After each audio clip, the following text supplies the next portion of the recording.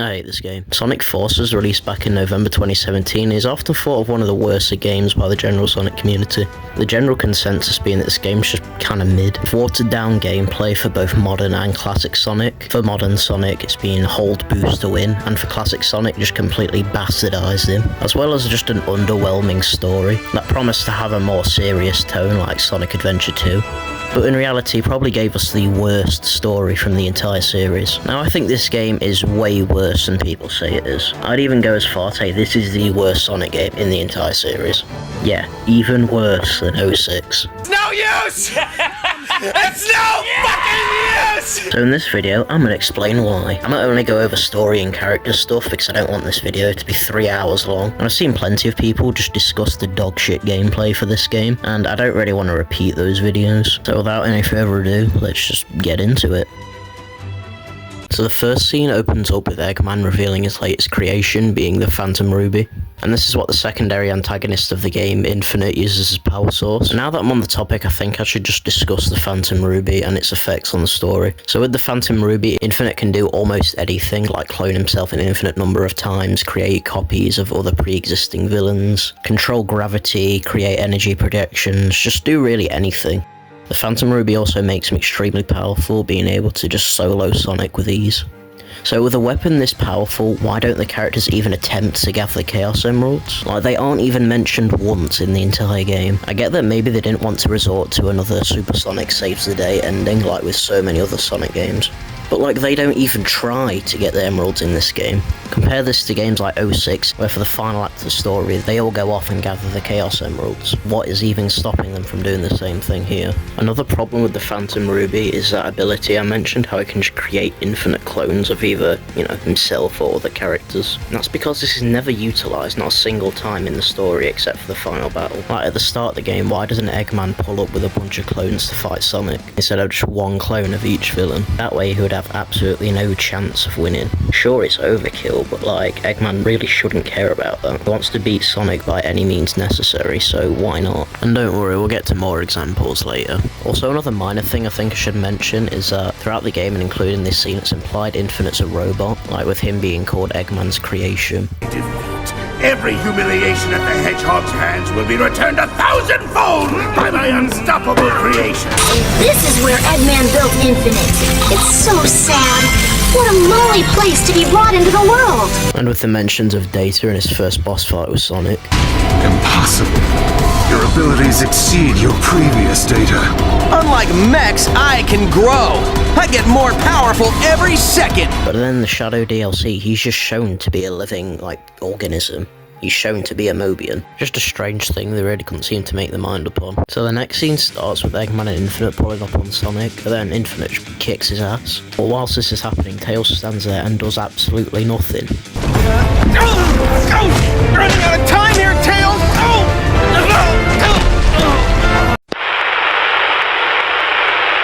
Like, what the fuck are you doing helping, man? Tails? I need to know what's going on with this guy! I'm trying, Sonic, but these readings are all messed up. He just stands there faffing with some device. Something about trying to find a weakness. You're not going to find his weakness within the first moment of seeing him. Because of this, Infinite beats the shit out of Sonic, and then Sonic then gets imprisoned. All because this prick decided to stand around and do nothing. Despite him literally having an arc in the adventure games about learning to be more brave and independent. I've changed a lot since I've started hanging with Sonic.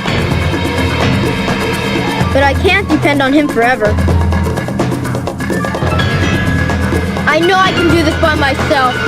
Okay, Eggman, bring it on! You fool. Away, before I make mincemeat out of you. I'm not scared. I'm not scared. I can do this! And then the game decides to do something really stupid. So after Sonic's defeated, it basically explains how Eggman took over the entire world. And it does this by showing us through a fucking text box. Literally just a black screen with white text. This could have been possibly the laziest way to show us this. You'd think you'd actually want to show him conquering the world. But now it just cuts to it in ruins.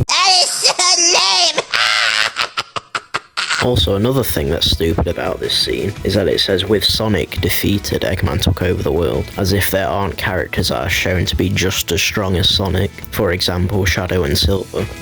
Just saying that Sonic is the only reason Eggman was able to take over the world just makes all the other characters look useless in comparison, and it only gets worse for them from here, because in the next scene, after they bring in some random fucker off the street, they decide, oh yeah, now's the time where we can finally do something. Like seriously, throughout the entire game, why do these guys depend on the Avatar characters so much? These guys are all capable fighters who have saved the world multiple times, yet they depend on this random guy to do everything for them. Except for this brave kid who survived the battle and made it here in one piece. Meet our newest recruit. So if they're perfectly fine with bringing random civilians into this battle, why not recruit an entire army of them? Why only stop with one of them, as if one random guy is going to make a difference in this fight? Here, kid, take this. We're depending on you. Okay, how the hell did these guys get a hold of the Wisps? The things aren't even from Earth. But worse than that, capturing the Wisps and using them for their own personal gain was literally what Eggman was doing in Colors. You know, the main villain. Even if there was no issue with using the Wisps as weapons, why only give one to the Avatar character? Why not equip every single member with a weapon? Why not give one to Shadow, who literally has a history of using guns? Oh, but don't you worry, we're still not done with this cutscene yet. I still dream that Sonic is with us. Do you think he might be... I'm an optimist, but I'm also a realist. What the fuck is this piece of shit? I don't think I've ever seen such a terrible misunderstanding of a character with a single line of dialogue. If you know Silver, you should know he's the furthest thing from a realist as it gets. Also, I have to ask, why is Silver even in this game? Shouldn't he still be in the future? Can't just have him in this time period and give no explanation as to why or how he even got here. I guess it was simply too much effort for the writers to explain, though I don't think they could have thought of a logical explanation. His inclusion in this game just makes no sense. They created this plot hole just to have him sat around doing nothing like everyone else this entire game. Sonic is gone, Amy, and Tails has just lost it. If we're going to win, we have to do it without them. Silver says this, but when we next see him, he seems completely fine. He doesn't have any signs of quote-unquote losing it. Speaking of which, what's Tails been doing this entire time? Let's see. That should have done it. I couldn't figure it out for you, buddy. I'm sorry I wasn't smart enough. Huh? Whoa! Chaos! Sonic, help me! No, fuck right off. So you're going to tell me, when Tails sees a clone of Chaos, he just spreads his cheeks and calls for help? Yet again, being a scared little bitch is something he grew from in the adventure games. What makes this even worse, in Adventure 1, he literally beat Chaos in a stronger form. When he sees what he thinks to be the weakest form of Chaos, he just bends over and cries. Piss right off.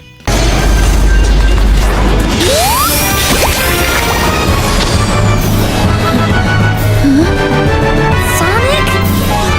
You're alive! Wait, what? Oh! You're that Sonic from another dimension, aren't you? What? What the hell are you talking about, Sonic from another dimension? Literally the entire plot of Generations was that they were travelling through time, and that this is just a younger version of Sonic. So no, he's not from another dimension, he's from the same dimension, he's just from the past. Also, if the Phantom Ruby is pulling Sonics from other dimensions, apparently, then why don't we see other Sonics other than just classic Sonic in this game? I get that classic Sonic's only in this game for nostalgia pandering, but why don't we see other Sonics? Okay, let's just move on. So in this cutscene, Sonic's just sat in his cell until he's eventually freed. Keep in mind how early in the story they said how Eggman has been torturing him for months. He's captured in the orbiting prison. My spy there says he's in a solitary confinement cell, and they've been torturing him for months. Well, I guess not, because he's just completely fine in this cutscene. Like, what's the point in saying Sonic's been tortured if you're not even going to follow up on it and just have him be completely fine next time we see him? And for some reason, there's only one Zavok clone guarding his cell. This is another example of the infinite clone thing with the Phantom Ruby not being utilised. If you can create infinite clones, why have only one of them guard the cell? So Sonic then escaped just because Eggman's an idiot and didn't put more than one clone guarding the cell.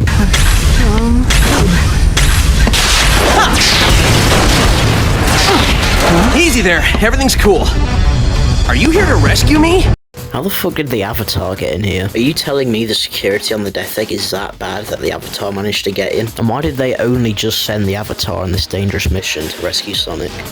They send a new recruit to go rescue Sonic from the Death Egg alone. Yet again, throughout the entire game, they'll continue to rely on this random bitch for no reason. This next cutscene is actually the only thing Silver does throughout the entire story. It's just him getting his ass beat. They really fucking don't like Silver, huh? So whilst this is happening, Infinite drops the Phantom Ruby prototype and somehow doesn't notice. Like, you think Infinite should be protecting this, so that it doesn't fall into the hands of the Resistance, but I guess not. And I guess he's just so blind that he doesn't even see it on the floor, despite it literally being right next to where he is. But anyway, he's about to kill Silver, then Sonic comes in at the last second to save him. For some reason, he just stands there monologuing.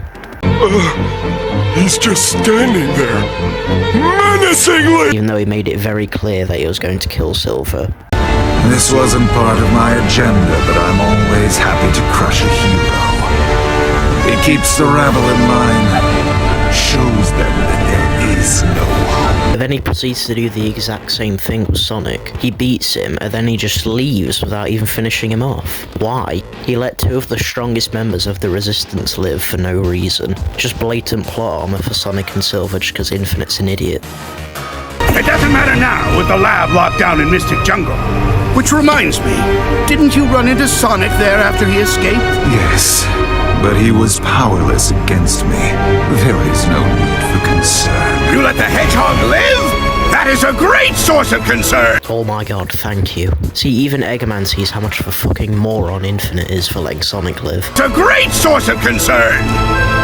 For you, perhaps. He has beaten you for decades, yet I defeated him in our first encounter. This is a throwaway line, but like, what the fuck are you talking about? What do you mean he's been beating you for decades? Between the events of the first Sonic game and Sonic Generations, only 1 year had passed, since Sonic is supposed to be 15 in the original games, and in Sonic Generations he turned 16. So am I supposed to believe in the events of Generations and Forces, decades have passed? Yeah, I don't fucking think so. You worry too much. Look, I'm perfectly fine. It's been generations since I've seen you. You okay? God, the dialogue in this game is so bad, man. This next scene shows us the first time Shadow actually appearing in the game, and I have to ask, where has he been this entire time? What about his promise to Maria, where he promised that he'd protect humanity no matter what? So why has he just been doing nothing like Eggman Conquers the World? You'd think he'd be doing all he can with the Resistance to help out as much as possible. But no, he's literally done nothing this entire game. I swear to God, literally everyone in this game is fucking character assassinated. I'm going to fight and die here. Or run away in fear again. Fine.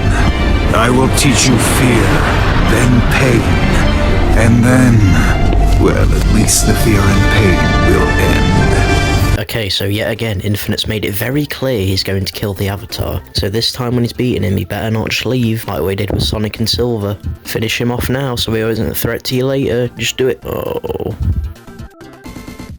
He just leaves.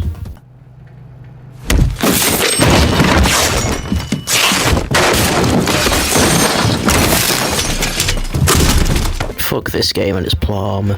How does the Avatar even survive this? Sure, he's got the Phantom Ruby prototype. That shouldn't stop Infinite from just speed blitzing him and one-shotting him. If he's able to speed blitz Sonic at the start of the game, why can't he do the same thing to the Avatar here? Also, we got another case of Infinite just being as blind as a bat, because the Avatar quite clearly drops the Phantom Ruby prototype right in front of him, and he somehow doesn't see it. Like, oh my god, it is right there, man, take it. But no, he just lets the Avatar pick it back up and take it. What a fucking moron. So speaking of characters being blind, somehow forgot to mention neither Sonic or Silver saw the Phantom Ruby prototype drop from Infinite in Luminous Forest. Why does everyone in this game need glasses, man? Oh my god. That was great! We're like a well-oiled machine. Fighting a well-oiled machine. Huh? Out of literally all of Sonic's allies, why does he choose the Avatar to come with him to find the Smell Sonic clone? Again, why does everyone depend on the Avatar so much? He's a random guy they found off the street. Oh, but don't worry, we're not done with the Avatar glaze yet. We've still got the final battle to talk about. Oh my god, what a shit show this is. You know, now that I think about it, why did Eggman only stop with clones of Chaos, Zavok, Metal Sonic and Shadow? Why not use the Phantom Ruby to create villains like, say, I don't know, the Time Eater? Better yet, why not just clone Infinite over and over, that way you just have the infinite Phantom Rubies. But hey, I gotta give this scene some credit since he actually uses the clones to his advantage, actually using more than one of each. However, what I can't give credit to is the ridiculous plot armor in this scene. There is absolutely no way the Resistance even stands a chance against Eggman's army here. Infinite quite literally overpowers them with a single attack, yet they not only win this, but they win with absolutely no casualties whatsoever. So Eggman's plan in this final battle is to use the Phantom Ruby to create a massive sun that way used to send down to the Earth and crush the Resistance. And I think by just me explaining it, you realise how fucking stupid this plan is. If he uses a replica of the sun to crash into the Earth, then the Earth is going to die, Eggman along with it. Keep in mind, Eggman's main motivation throughout the entire series is to build his own theme park, and to basically conquer the world. How are you going to conquer the world when you've crushed it with a massive sun, you idiot? If his plan succeeds, there's not going to be an Earth to conquer, and he's not even going to be alive to conquer anything. To say that Eggman's supposed to be a super genius, he sure is a moron in this game like everyone else. It's reacting! Eggman said something about the Phantom Ruby prototypes. Let me see. Whoa, it is! He said the Phantom Ruby prototypes only react to the person who activated it. That must be you, buddy! Your courage and heroism are probably what triggered it. Just maybe, if you use this, it can make that sun disappear. What, and you telling me Sonic couldn't have done this himself? Sonic's courage and heroism are literally two of his biggest character traits. But hey, I guess the Avatar has to do this since neither Sonic or Silver had the common sense to pick up the Phantom Ruby prototype whilst in Luminous Forest. Again, despite it literally being right in front of them. Oh, this game's so bad, man.